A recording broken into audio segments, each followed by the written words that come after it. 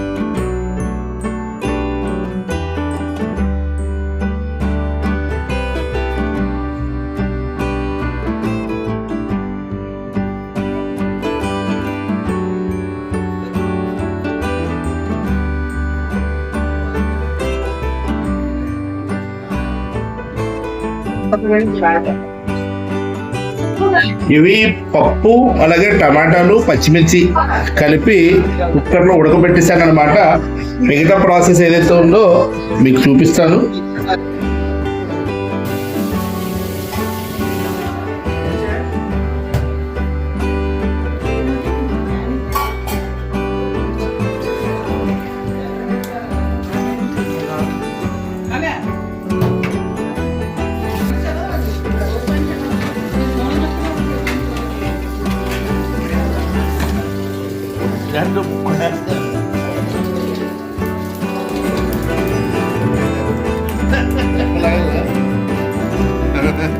మా బామ్మర్ది గారు కూడా వచ్చారండి. ఎల్లుల్లిపాయలు వేస్తున్నారు ఇక్కడ.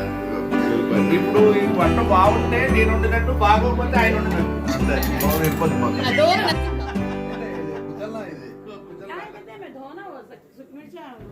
ఏ కుచల్నా బూచి పకడుతుంది.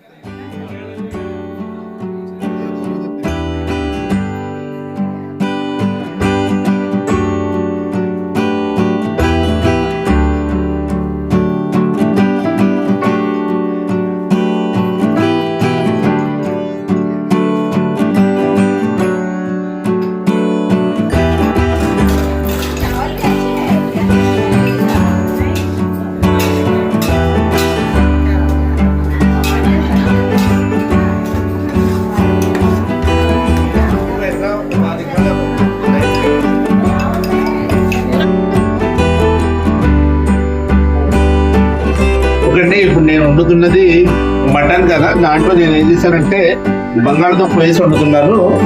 ఆల్రెడీ ఈ కుక్కర్ లో మటన్ ఉడకబెట్టడానికి పెట్టేశాను కదా, అక్కడ మటన్ ఉడికేసింది. ఇప్పుడు ఇక్కడ నేను ఏం చేశానంటే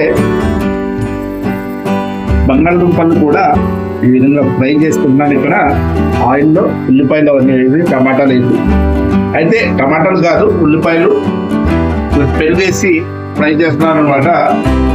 అయితే ఇక్కడ ఈ కర్రీ వచ్చేసి క్లియర్ గా ఇంకొకసారి నేను చేసి పెడతాను.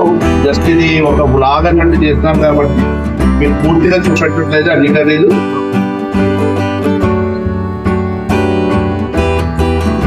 దీంట్లో నేను జస్ట్ అల్లం వెల్లుల్లి పేస్ట్, అలాగే ఉల్లిపాయలు, ఇవి ఉంటాయి కదా లవంగాలు, యాలకులు, దాల్చిన చెక్క, ఇవన్నీ వేసి ఈ విధంగా ఉడికిస్తున్నాను.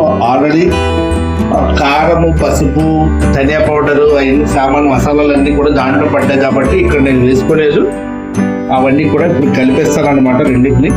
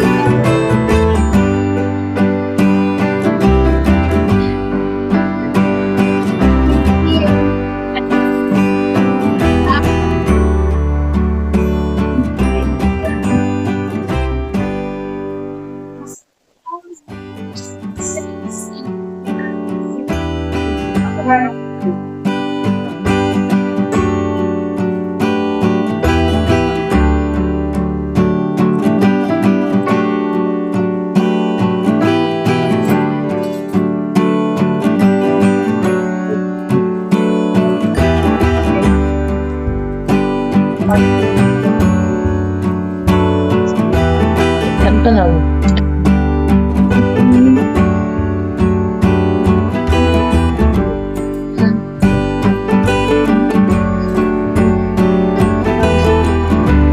ఓకే అండి, ఇది కర్రీ ఇప్పుడు సిమ్మింగ్ పెట్టేస్తాను. ఒక 15 నిమిషాల పాటు సిమ్మింగ్ పెట్టేస్తే కర్రీ పూర్తి అయిపోతుంది.